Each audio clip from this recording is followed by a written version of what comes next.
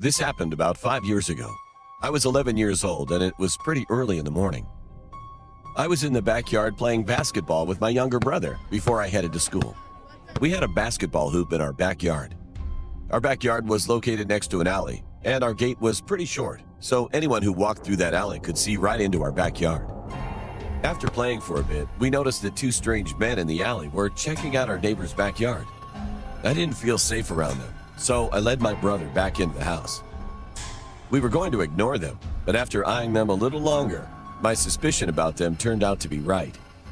Watching them from the window, I saw one of them hop right over our tiny gate and was now in our backyard. Then we rushed to go tell our mom. My mom went straight outside to see two strangers standing in our backyard. She yelled at them angrily and told them to go away. She called 911. But they ignored her and didn't leave. One of the men just stared at us. All of a sudden, he went into the shed we had in the backyard and pulled out a lawnmower that was inside.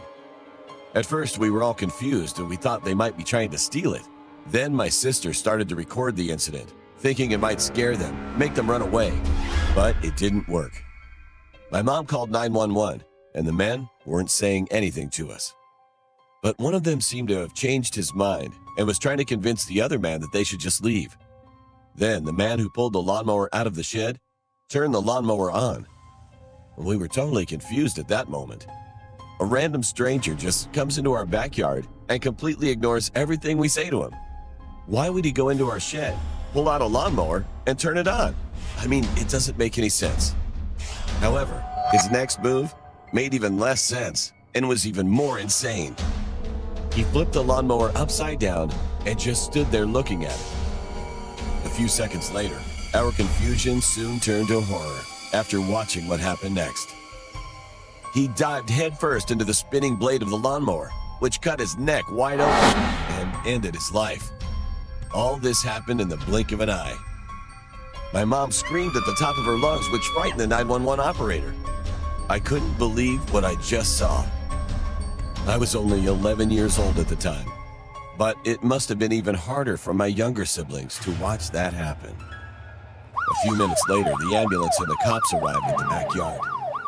The police came by to ask a few questions, but the video my sister took had the whole incident on video, so the cops knew the story was legit. I couldn't help but feel bad for the other man that was with him. When the incident happened, he screamed too, started crying and begged us to call for help. But it was already too late. I didn't go to school that day because I was in shock. After that, I couldn't sleep at all. I had nightmares for a while.